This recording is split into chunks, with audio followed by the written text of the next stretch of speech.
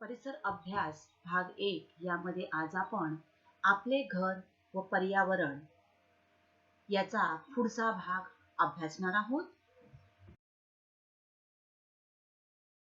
परिसर यामध्ये आपण बघितलं तर स्वच्छ पाणी, पुरेसे अन्न, निवारा व शिक्षण हे आपले हक्क आहेत. हे आपण अभ्यासलेलं आहे. घरे बांधण्यासाठी मोठ्या प्रमाणावर नैसर्गिक साधनांचा वापर केला जातो आणि या नैसर्गिक साधनांच्या अतिरेकी वापरामुळे आज मोठ्या प्रमाणावर वायू प्रदूषण, ध्वनी प्रदूषण, जल प्रदूषण, मातीचे प्रदूषण आपल्याला झालेले दिसून येते आणि या सगळ्या प्रदूषणाचा परिणाम आज मानवी जीवनावर होताना आपल्याला दिसत आहे. थोडक्यात या सगळ्यातून काय होत आहे? पर्यावरणाचं प्रदूषण मोठ्या प्रमाणावर होताना आपल्याला दिसत आहे. तर बघा, डोंगर पोखरणे, लोकसंख्या वाढली, लोकांना राहण्यासाठी जागा पाहिजेत, घरं पाहिजेत आणि म्हणून डोंगर पोखरून सपाट जमीन तयार केली जाते किंवा घरांच्या बांधकामासाठी, कारखाने बांधण्यासाठी मोठ्या प्रमाणावर डोंगर पोखरले जातात आणि हे डोंगर पोखरत असताना अशा प्रकारे बघा, ही क्रेन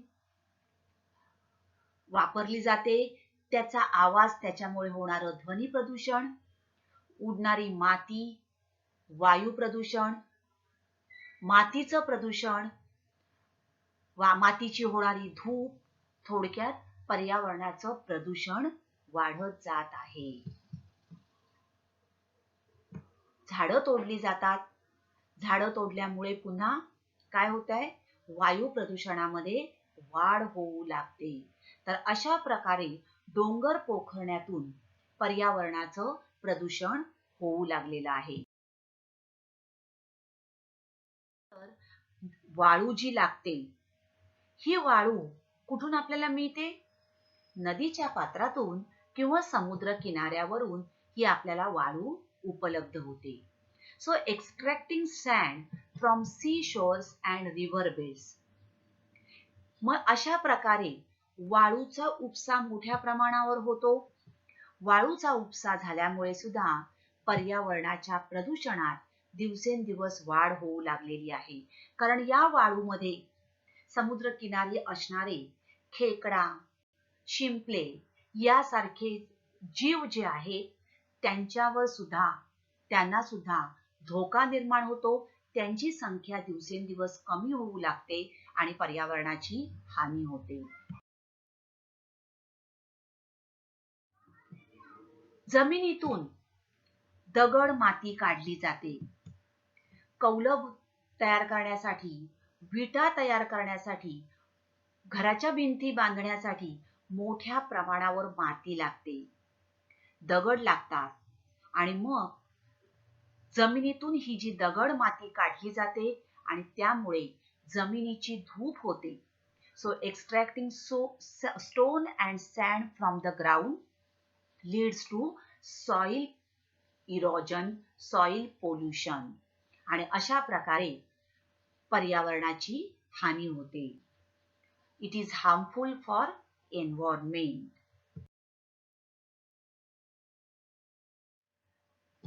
पुन्हा लोकसंख्या वाढलेली आहे, घरं बांधायची आहेत, कारखाने उभारायचे आहेत. त्यासाठी काय पाहिजे आपल्याला? मोकळी जमीन हवी. जसजशी लोकसंख्या वाढली, दळणवळणासाठी रस्ते बांधणं आवश्यक झालं. मग जमीन मोकळी करण्यासाठी झाडे तोडली जातात. झाडे तोडल्यामुळे हवेतील ऑक्सिजनचं प्रमाण कमी होतं आणि वायू प्रदूषणात वाढ होते. नद्या, ओढे, तळी किंवा सखल भागामध्ये आपण बघितलंय तर भर घालून जमीन तयार केली जाते. बालमित्रांनो, मुंबईमध्ये थोडासा पाऊस झाल्यानंतर लगेच पाणी साचतं. पूरसदृश्य अशी स्थिती निर्माण होते. कारण काय? तर मुंबईमध्ये असलेली ही जी मिठी नदी आहे, या मिठी नदीवर आपण बघितलंय तर भर घालून त्या ठिकाणी जमीन तयार केलेली आहे आणि त्या ठिकाणी घरं, इमारती बांधलेल्या आहेत. नदीचं पात्र जसं लहान होत गेलेलं आहे, तसं पाणी वाहून जाण्याचं प्रमाण काय झालेलं आहे, कमी झालेलं आहे. आणि म्हणूनच आपण बघतो की थोडासा पाऊस जरी झाला, पावसाचं प्रमाण थोडंसं वाढलं, तरी लगेच मुंबई ही जलमय होते. याला कारण काय आहे, तर आपण नद्या, मिठी नदी, थोडे ओढे किंवा सखल भागामध्ये भर घालून जमीन तयार केली आणि त्या ठिकाणी घरं बांधलेली आहे. आणि याचाच परिणाम म्हणजेच काय आहे, आपण पर्यावरणाची हानी करत आहोत. आणि म्हणूनच मग आपल्याला पुरासारख्या परिस्थितीला सामोरं जावं लागतं.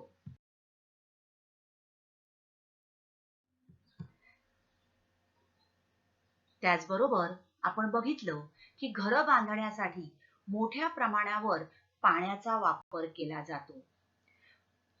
जास्त लोकसंख्या म्हणजेच पाणी जास्त लागतं. कारखाने आहेत, शेती आहेत, त्यासाठी सुद्धा पाणी जास्त लागतं. म्हणजेच जमिनीतील पाण्याचा घरे बांधण्यासाठी किंवा वाढत्या लोकसंख्येला पाणी पुरविण्यासाठी मोठ्या प्रमाणावर उपसा केला जातो. आणि अशा प्रकारे भूजलाची पातळी दिवसेंदिवस कमी होऊ लागलेली आहे. Drawing out excessive amounts of groundwater and it leads in decreasing the groundwater level. अशा प्रकारे भूजलाची पातळी कमी होत आहे.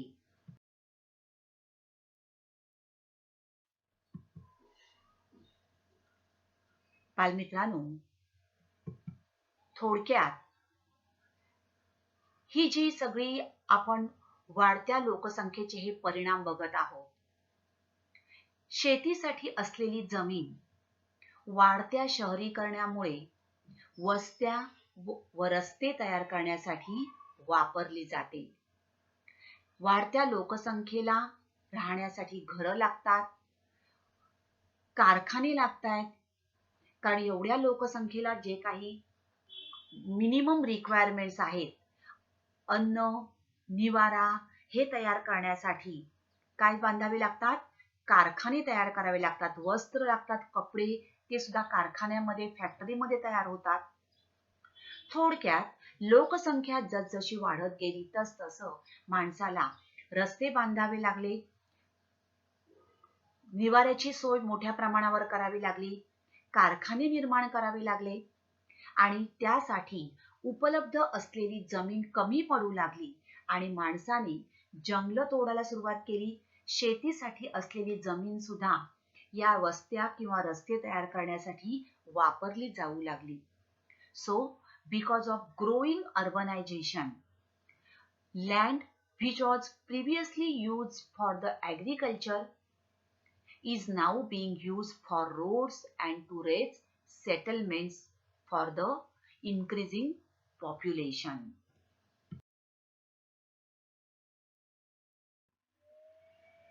तर बालमित्रांनो, जसं शहरीकरण वाढलं, लोकसंख्या वाढली, लोक मोठ्या संख्येने शहराकडे यायला लागली. आपण बघितलं की बेरोजगारी हे सुद्धा एक कारण होतं. आणि बेरोजगारी किंवा अपुरे आर्थिक उत्पन्न यामुळे लोक शहराकडे काय होत आहेत, स्थलांतरित होतात. आणि जसजशी शहरामध्ये लोक यायला लागली आणि त्यामुळे शहरामध्ये मोठ्या प्रमाणावर रस्ते बांधणं आवश्यक झालं, घरं तयार करणं, वस्त्या तयार करणं आवश्यक झालं. आणि आज आपण बघतो रस्त्याच्या दुतर्फा आपल्याला अशा या बिल्डिंग्स दिसून येतात.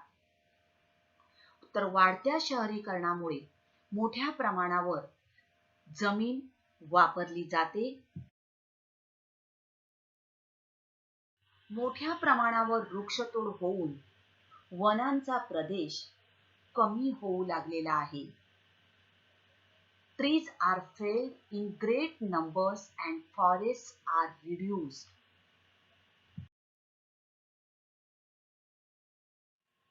आणि मग बघा, थोडक्यात आपली पृथ्वी जी आहे, या पृथ्वीवर असणारी सजीव सृष्टी ती सुद्धा धोक्यात येऊ लागलेली आहे. विविध कारणांमुळे पर्यावरणाची हानी होत आहे. या चित्रात तुम्हाला दिसते बघा, पूर्णपणे जमीन ओसाड पडलेली आहे, झाडं तोडली गेली आणि जणू मानव सुद्धा या हिरव्या वनस्पतींसाठी काय झालेला आहे, उपाशी झालेला आहे. तो सुद्धा या हिरव्या वनस्पतींसाठी किंवा हिरव्या रंगासाठी जणू वाट बघत आहे. आणि याला कारणीभूत कोण आहे बरं? मानव. कारण आपणच आपल्या उन्नतीकरणासाठी, आपली प्रगती करण्यासाठी आपण या पर्यावरणाला ओरबाडणं सुरू केलेलं आहे. जणू आपण तो ओरबाडून घेत आहोत. आपण या पृथ्वीवरची नैसर्गिक साधन संपत्ती मोठ्या प्रमाणावर वापरून ती जणू संपवण्याच्या मागेच लागलेलो आहोत. आणि मग आता आपल्यालाच प्रश्न पडलाय की या पर्यावरणाचं रक्षण कसं बरं करायचं?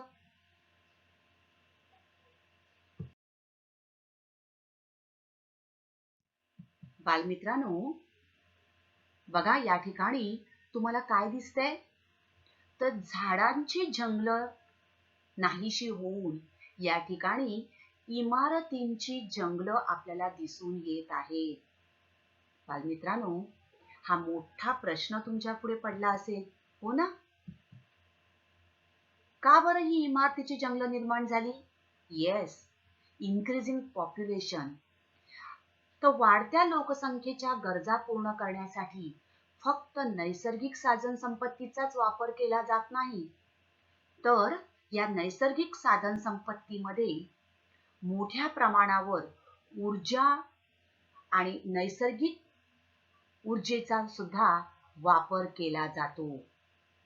मग ही नैसर्गिक ऊर्जा किंवा ही जी ऊर्जा आहे ही आपल्याला निसर्गतः कशी बरं उपलब्ध होते? बघूया बरं. बालमित्रांनो, घर बांधण्यासाठी ऊर्जेचा वापर करावा लागतो. पटतंय तुम्हाला? थोडासा विचार करा बघा. कुठे आपल्याला या ठिकाणी ऊर्जा लागते?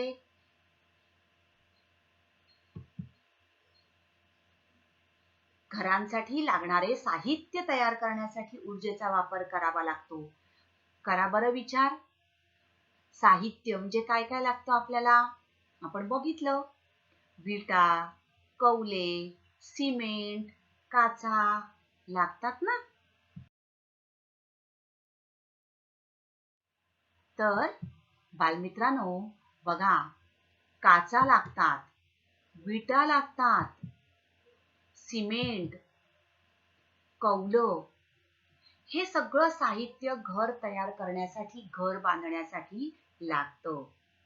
So, bricks we made from soil, cement from limestone, glass from sand. So all these materials which we make, and for making all these materials we require energy on the large scale. तर हे सगळं साहित्य तयार करण्यासाठी आपल्याला मोठ्या प्रमाणावर ऊर्जेचा वापर करावा लागतो. बरोबर? मग ही ऊर्जेची वेगवेगळी रूप आहेत. निसर्गामध्ये आपल्याला कोळसा लाकडापासून मिळतो, पेट्रोल जमिनीतून मिळतं, नैसर्गिक वायू मिळतो. तर ऊर्जा निर्माण करण्यासाठी कोळसा, नैसर्गिक वायू, खनिज तेल हे साहित्य आपल्याला लागतं. मग ही जी साहित्य आहेत, हे जे नैसर्गिक स्रोत आहेत ऊर्जेचे,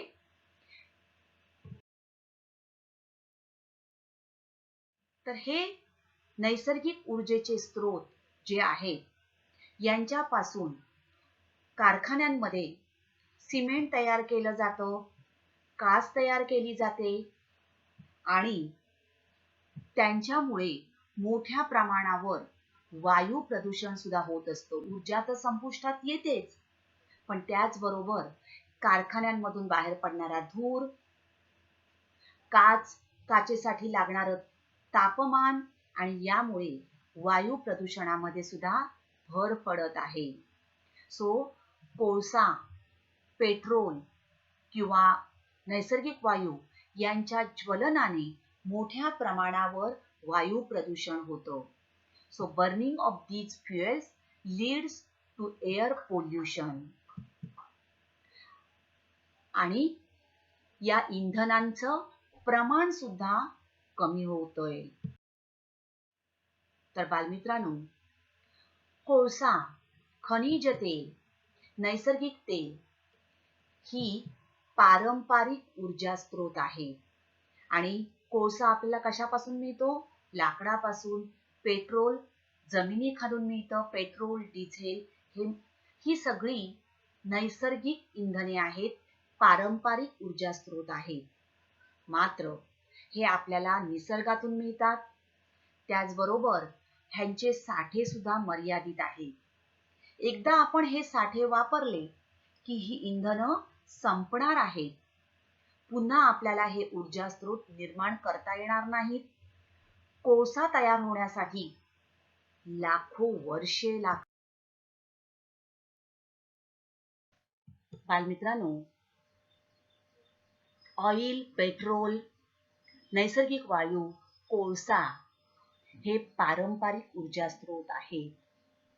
oil, natural gas, coal, these are non-renewable energy sources and they takes lakhs of years for this to form in nature and therefore we have to use them very consciously. तर हे आपल्याला खूप काळजीपूर्वक, काटकसरीने या ऊर्जा स्रोतांचा वापर करणं आवश्यक आहे. पारंपरिक ऊर्जा स्रोतांची कमतरता जाणवत आहे आणि म्हणूनच या पारंपरिक ऊर्जा स्रोतांचा काटकसरीने वापर करता करता प्रदूषण न करणाऱ्या अशा रिन्युएबल एनर्जी सोर्सेसचा आपल्याला उपयोग करावा लागणार आहे. अपारंपरिक ऊर्जा स्रोतांचा आपल्याला उपयोग करावा लागेल, जेणेकरून प्रदूषणही कमी होईल, पर्यावरणाची हानी कमी होईल. तर हे अपारंपरिक ऊर्जा स्रोत कोणते आहेत, त्यांचा वापर आपण कसा केला पाहिजे आणि पर्यावरण पूरक घरं कशा प्रकारे निर्माण करता येतील याबद्दल अधिक माहिती पुढच्या भागात घेऊया. पर्यावरण पूरक घरांविषयी अधिक माहिती आपण पुढील भागात घेणार आहोत. आता इथेच थांबूया. Thank you.